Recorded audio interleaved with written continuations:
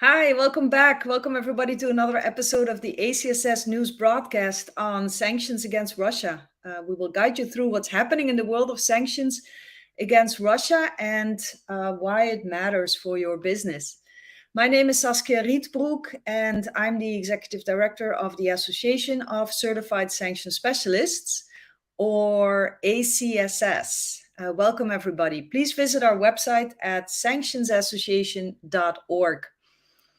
In this broadcast, we highlight some of the latest sanctions developments, in particularly what has happened in the EU in the last couple of days. As you may have seen on the news, there's a new package that has been announced. We don't have all the details yet because the legal docs have not been published yet. But we're going to go over some of the changes that they are proposing. And we'll also cover some of the latest FAQs that have been updated on the EU website. So, as you know, the EU has already adopted 5 packages of sanctions, the last one in April and the latest one last week, not formally yet, but announced. And most of these measures include like individual sanctions, economic sanctions, restrictions on media, diplomatic measures, restrictions on certain economic relationships, and others. And the latest package is very similar. So, but it has some, important elements that I want to highlight. So it was announced on May 4, a little less than 1 month after the last 5th package, which was adopted on, I think it was April 8. So last week, Ms. von der Leyen, the president of the EU Commission, presented the 6th package of sanctions that basically have 5 pillars. So let's go over those. So first of all, there's new people on the list. The EU has listed high-ranking military officers and other individuals who committed war crimes in Bucha and Mariupol. So their names will be added to the list of already like 1,000 individuals who have been slapped with asset freezes and travel bans by the EU over Russia's aggression in the Ukraine not only since this year, but also actually since 2014. So that's the first pillar. The second pillar, with a big impact for a lot of banks and of course also individuals, is the de-swifting of Sberbank. This is by far Russia's largest bank. It accounts for over 1/3 of the whole Russian banking sector. So they're going to de-swift them. Not only Sberbank, also 2 other yet unnamed banks, major banks, Ms. von der Leyen said, but they have not been identified. So just a couple of words on this particular measure. So in previous measures that disconnected Russian banks from SWIFT, the banks that were de-swifted were VTB Bank, Bank Ottikri, Novicombank, Promsvias Bank, Rosia Bank, Softcombank, and VEB. There were 7 banks. But last time they did not disconnect from SWIFT the 2 biggest, 2 of the largest institutions, Sberbank and Gazprom Bank. They were exempted basically because they handle most of the payments related to gas and oil exports. And remember that in the EU sanctions, the countries that are members of the EU, there are 27, they have to vote unanimously. They have to agree unanimously on these sanctions. And the last time you just couldn't get an agreement when it considered removing Sberbank and Gazprom Bank from SWIFT. So this time around, definitely Sberbank and 2 more banks. Maybe, I don't know, Gazprom Bank, maybe Alpha Bank. I really don't know. So we have to see when the docs come out. So what does this mean? SWIFT is a Belgium-based company and they're subject to EU law. So that means that the 7 banks and the 3 new ones will be completely prohibited from using the SWIFT system to send payment messages to any other bank or institution connected to SWIFT anywhere in the world. So that's a major development. Now, we don't know the details, like what is the wind down period. As a comparison, the last time they swifted, if I may call it like that, when they de-swifted these 7 banks, the sanctions went into force 10 days after the adoption of the measure. So we'll see what they're going to do here. Just to connect the dots here, the US Treasury has already imposed full blocking sanctions on several Russian banks, including Sberbank and Alfa Bank. So US entities cannot conduct any transactions with them, and the US assets are frozen of these banks. So that was the second pillar, right, of this new 6th package that is coming out. The third pillar is that the EU is banning big Russian state-owned broadcasters from the EU. So these broadcasters have not been mentioned. We don't have the names. They will not be allowed to distribute their content in the EU on cable, satellite, internet, or via smartphone apps. The fourth pillar, I think this is a major one as well, is a ban on the provision of services to Russian companies, not just listed companies, by Russian companies, by accountants, consultants, and PR service providers. It is unclear at this moment which services will be in scope of this ban and whether there will be a wind down or a transitional period that will be granted for EU service providers to comply. So this is also a major development in the last package from April. We already saw that the EU prohibited to register or provide a registered office, business, or administrative address to a trust or any similar legal arrangements having Russian nationals, or simply said, as a trustor or a beneficiary. So these rules had already a significant impact on organizations doing business in EU jurisdictions that have typically been favored by Russians, for example, Cyprus.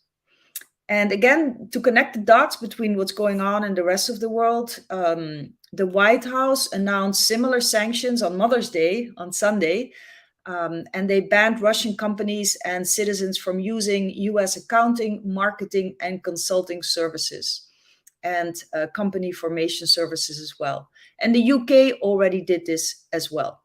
So now the EU is joining, and I think this will have a big impact. A lot of Russians will often use Western lawyers, accountants, and consultants to set up structures for their businesses, but also for shell companies and sometimes to, for bad purposes like evasion of sanctions. I think I will be going in more depth about this particular measure in a future broadcast.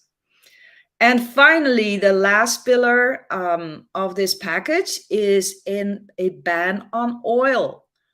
This is a tough one for several EU member states. They are strongly dependent on Russian oil, and I think they're heavily negotiating how this is going to look ultimately.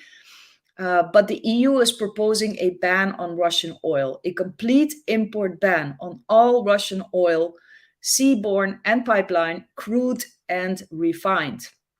And there will be a sort of like a phase out method where they will phase out the Russian supply of crude oil within 6 months. So I guess that would be until like mid-November. And the refined products have a little bit longer until the end of the year. So 6 weeks later, by the end of December. So that was a 6th package as announced mid last week. Full details, I'm sure we're going to get them when the legal docs come out, and what they will, and hopefully they will post them soon. So what else happened? I think it's also important to follow these FAQs that the EU has started posting on its website. Very useful. Last week, the European Commission updated several FAQs related to the Russia sanctions regime. So just give you a rundown of some of the changes. On May 4, they changed some FAQs related to circumvention and due diligence. So this is an important topic for a lot of you who work in compliance. And basically, they added a new question. And the question is, if the assets of a person listed under Council Regulation 269/2014, so this was a regulation that was issued in 2014, and under which a lot of individuals and companies are listed for asset freezing measures. So if a person listed under this regulation were if the assets of a person that is listed under this regulation were transferred to an EU operator before that person's listing, can the operator be held accountable for having accepted them? So the answer here is yes, could be. If a certain structure was created in order to assist someone, let's say an oligarch or a Russian politician, in evading the effects of its possible listing, then current ongoing participation in that structure can amount to circumvention of the restrictive measures if done knowingly and intentionally. This is, of course, important, this addition.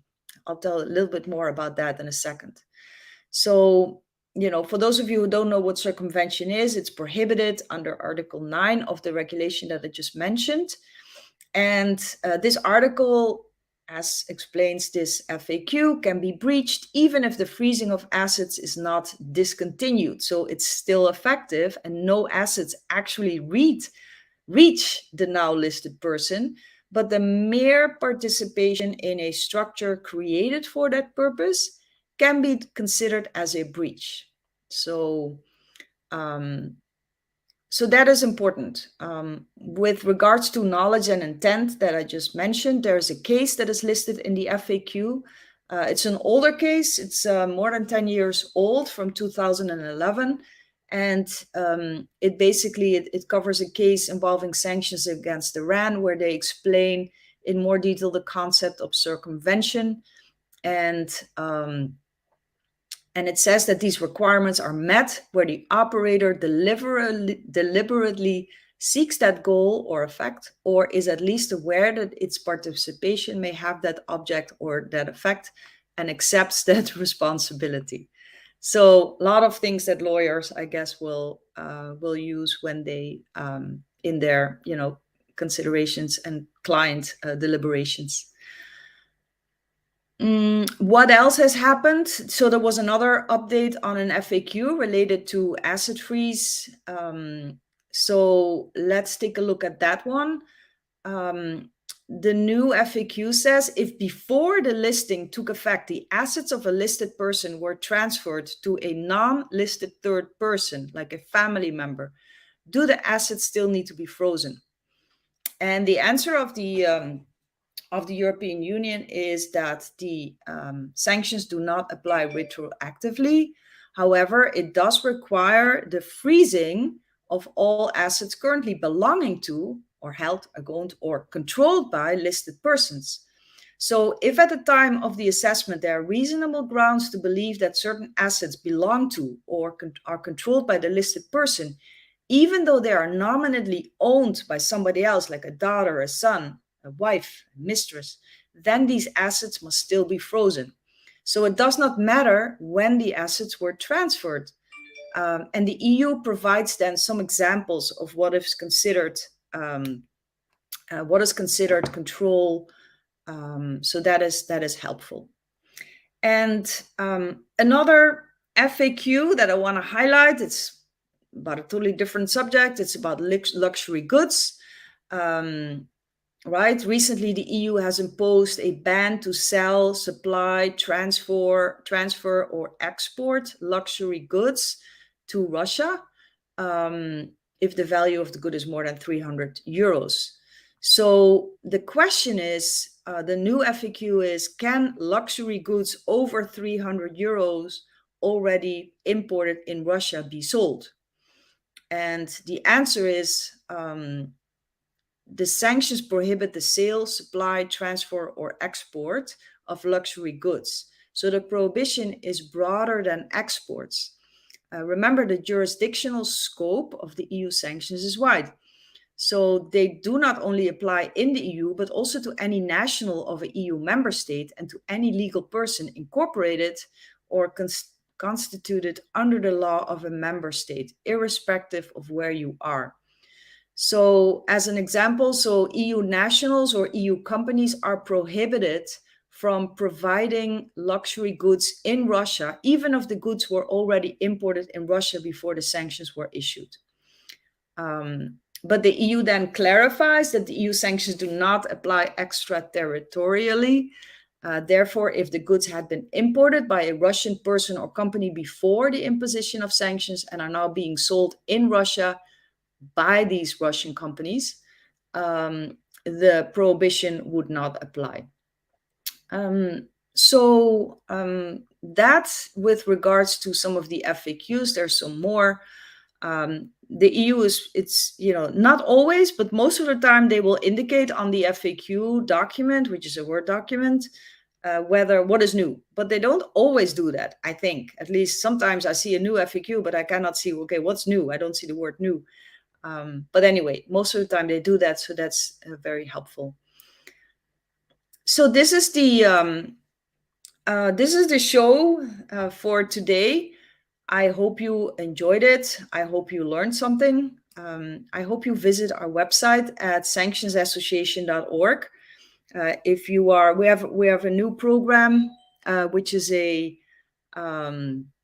very interesting program that helps smaller and medium-sized companies develop their own sanctions compliance program with some templates, some questionnaires. It's a toolkit, it's very affordable, and I hope you can check it out to get some basic infrastructure for compliance in place, especially when you're a small company, because these sanctions against Russia do not only apply to banks, right? As a small, medium-sized, any company, you also have your own responsibility for compliance. So good luck with all of that. And I see you soon. Let's see if we have a couple of questions.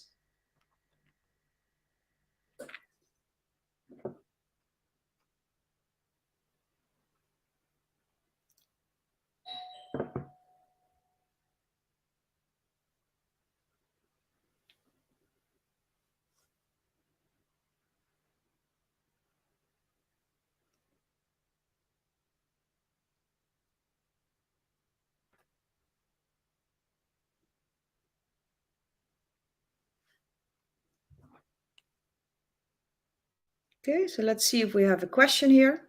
I don't see any questions coming in, so that's it then for today. I look forward to the next session, which will be on Thursday. We're going to be covering some more sanctions then, also going into more detail on what the US has done on Mother's Day. So looking forward to seeing you all then, and maybe we have some more details on the latest package from the EU. All right, so see you next time. Bye-bye.